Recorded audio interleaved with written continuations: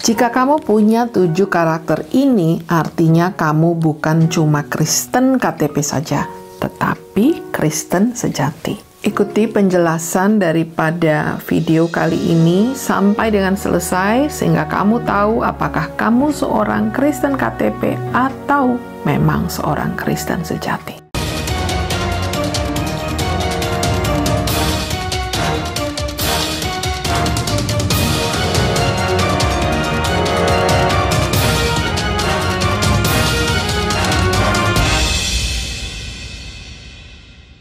Yohanes 14 ayat 21, barang siapa memegang perintahku dan melakukannya, dialah yang mengasihi aku. 1 Yohanes 4 ayat 8, barang siapa tidak mengasihi, ia tidak mengenal Allah, sebab Allah adalah kasih. Apa sih artinya Kristen? Arti sederhananya adalah pengikut Kristus, yang percaya dan menerima Yesus adalah Tuhan dan Juru Selamat pribadinya. Apa yang menjadi landasan pengajaran Yesus? Kasih. Hal itu dapat kita temukan lewat 10 hukum Taurat, begitu juga kisah kehidupan Yesus 33 tahun lamanya sebelum ia naik ke surga. Nah, jika kita menyatakan diri kita adalah pengikut Tuhan Yesus sebagai anaknya, dengan cara apakah kita dapat membuktikan kepadanya dan kepada orang banyak di sekitar kita? Tentu saja, hidup kita melalui kehidupan kita. Apakah kita memiliki kasih? Ini adalah salah satu barometer yang paling jelas yang dapat menunjukkan apakah kita sejatinya adalah pengikut Yesus. Nah, tidak gampang untuk menjadi pengikut Yesus, kecuali kita betul-betul mempunyai hubungan pribadi yang dekat dan nyata dengan Tuhan. Dan ketika kita mempunyai hubungan pribadi yang nyata dan dekat dengan Tuhan, niscaya kita pun dapat menghidupkan buah-buah roh di dalam keseharian kita. Inilah 7 karakter itu.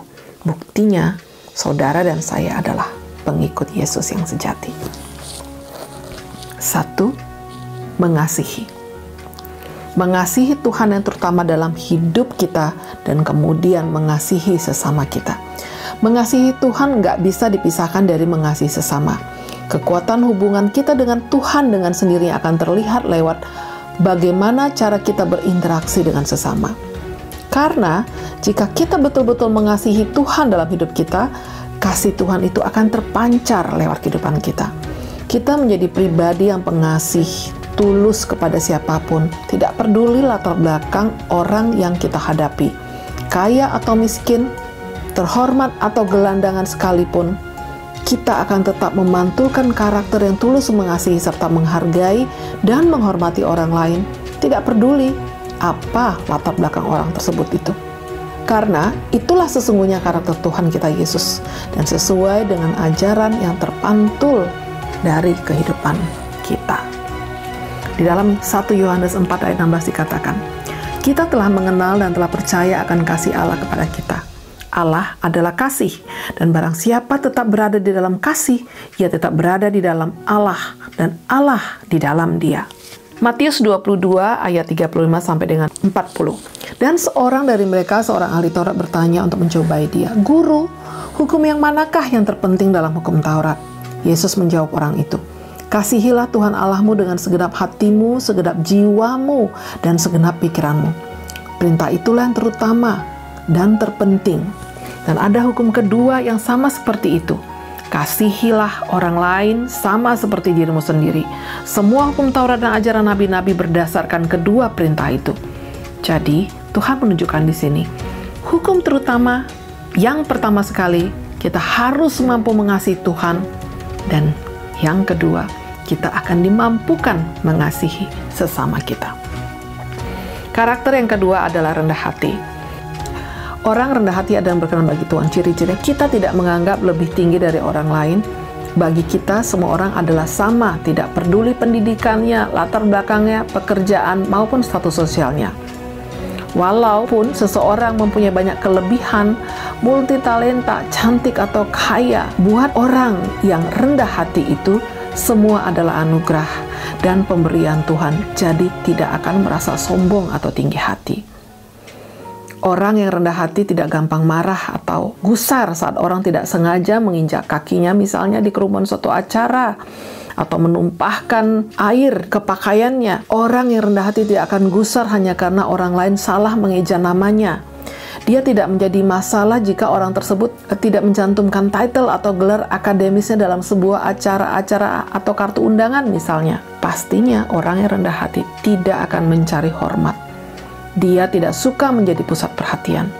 Dibully atau dirugikan orang lain, dia tidak menjadi marah tetapi tenang dan bersahaja. Coba baca di dalam perumpamaan Tuhan Yesus di dalam Lukas 18 ayat 9 dan 14.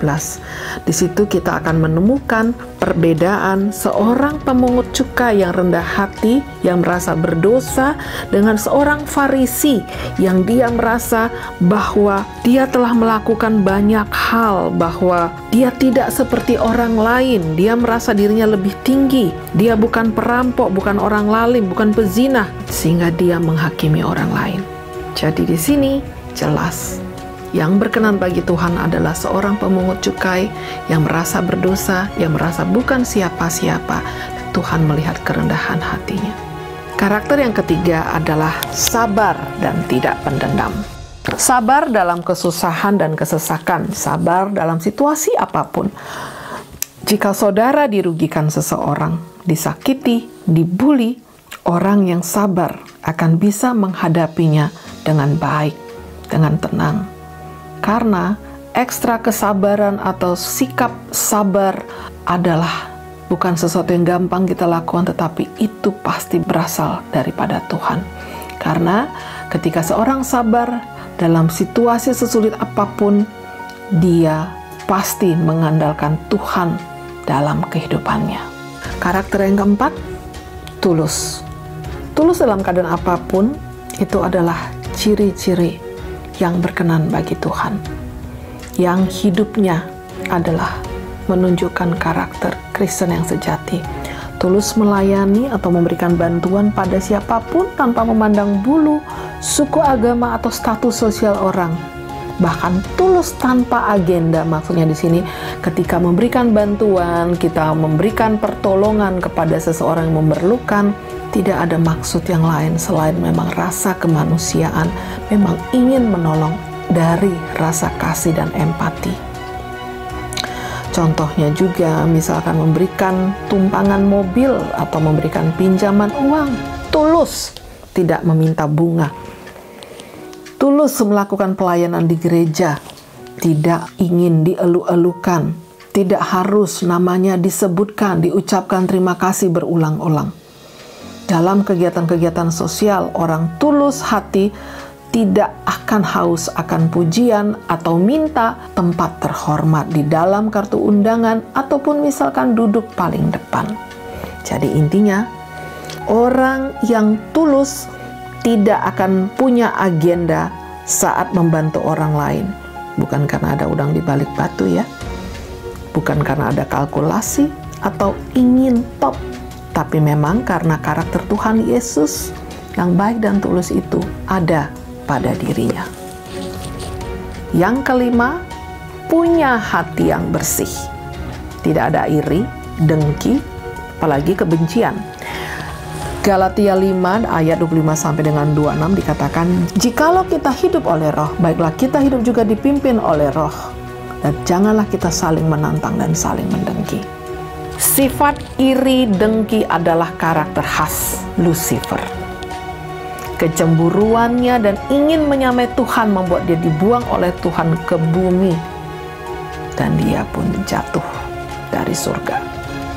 Jika kita tidak mempunyai sifat iri dan dengki, tetapi hati yang bersih melihat kelebihan orang lain apapun itu, selamat. Kita adalah anak kesayangan Tuhan. Seseorang yang punya hati bersih akan senang dan memberikan selamat bagi orang yang berhasil atau berprestasi dari buah karya atau karir mereka. Dengan tulus memberikan ucapan selamat pada teman yang mendapatkan promosi jabatan, walaupun tadinya saudara yang lebih tinggi posisi dari orang tersebut atau kolegamu. Tidak menjadi iri atau kesal karena kebahagiaan orang lain. Atau tidak menjadi iri dan kesal hanya karena tetangga yang selalu mengganti mobil baru setiap tahunnya. Orang yang punya hati bersih akan melihat segala sesuatu dari sudut positif, bahwa semua yang dia miliki, semua yang diberikan kepada orang-orang di sekitarnya adalah kemurahan hati Tuhan, dan bersyukur dengan apa yang ia miliki tanpa membanding-bandingkannya atau tanpa ada rasa marah, iri, kesal dengan apa yang dimiliki orang lain. Galatia 5 ayat 24 dikatakan, dan barang siapa menjadi milik Kristus Yesus, ia telah menyalibkan daging dengan segala hawa nafsu dan keinginannya. Keenam, karakter murah hati. Matius 5 ayat 7 dikatakan, berbahagialah orang yang murah hatinya, maka mereka akan beroleh kemurahan. Di dalam Amsal 11 ayat 25 dikatakan, siapa banyak memberi berkat, diberi kelimpahan. Siapa memberi minum, ia sendiri akan diberi minum. Kekhawatiran, ambisi akan uang, dan harta benda sering membutakan orang, menjadi tamak dan pelit, terlalu khawatir. Kalau aku memberi sekian, nanti tinggal sekian hartaku.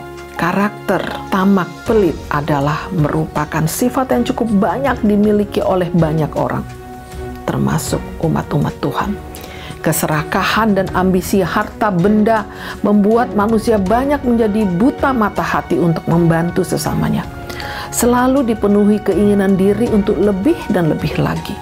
Selalu merasa berkekurangan sehingga menjadi pelit dan tidak peka pada kondisi orang-orang di sekitarnya yang sangat membutuhkan pertolongan, yang sedang berkesusahan. Jadi, jika saudara mempunyai karakter murah hati, you are blessed. Berarti Tuhan hidup bersamamu karena engkau tidak khawatir akan kebutuhanmu dan engkau mempunyai rasa kasih kepada sesamamu. Yang terakhir atau yang ketujuh adalah empati. Empati menurut Kamus Besar Bahasa Indonesia adalah keadaan mental yang membuat seseorang berkemampuan untuk merasakan perasaan, pikiran, atau tindakan orang lain. Dalam Roma 12 ayat 15, Rasul Paulus mengatakan, bersukacitalah dengan orang yang bersukacita dan menangislah dengan orang yang menangis. Di sini dia mengatakan bagaimana kebersamaan kita bukan hanya dengan orang yang sedang bersukacita, namun juga dengan orang yang dalam keadaan susah, sedih, dan kedukaan. Dalam 1 Petrus 3 ayat 8 dikatakan, dan akhirnya hendaklah kamu semua seia sekata, seperasaan, mengasihi saudara-saudaranya, penyayang, dan rendah hati. Rasul Paulus pun menuliskan nasihat untuk seperasaan dalam arti turut merasakan apa yang dialami oleh orang-orang di sekeliling kita, mengasihi dan menyayangi mereka dengan penuh roh kerendahan hati. Rasul Yohanes pun memberikan satu nasihat penting dalam hal empati ini melalui tulisannya dalam 1 Yohanes 3 ayat 17. Bunyinya demikian, barang siapa mempunyai harta duniawi dan melihat saudaranya menderita kekurangan, tetapi menutup pintu hatinya terhadap saudaranya itu, bagaimanakah kasih Allah dapat tetap di dalam dirinya? Bagi kita yang mengakui sebagai umat-umat Tuhan namun menutup mata terhadap saudara-saudara yang berkekurangan, artinya kasih Allah tidak ada di dalam diri kita. Yesus pun memberikan contoh yang sangat jelas ketika ia melihat banyak yang lelah dan terlantar dan hatinya pun tergerak.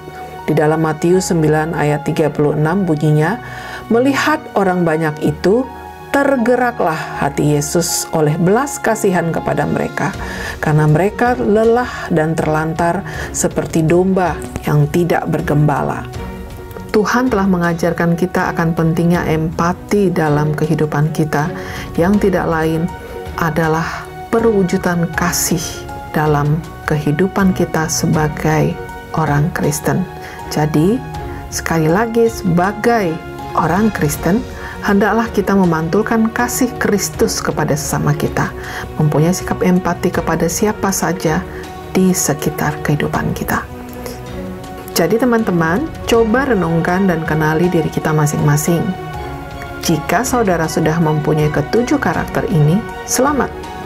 Saudara bukan hanya sekadar Kristen KTP, tetapi sungguh-sungguh Kristen, pengikut Kristus yang sejati.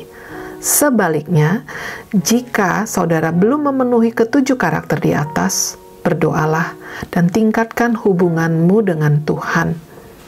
Dia yang adalah kasih dan sumber hikmat akan menyempurnakan engkau dalam kasih-Nya melalui Roh Kudus-Nya yang akan menuntun dan memperbaiki kekurangan-kekuranganmu. Asalkan engkau mau mendengar suara dan tuntunannya dengan kerendahan hati.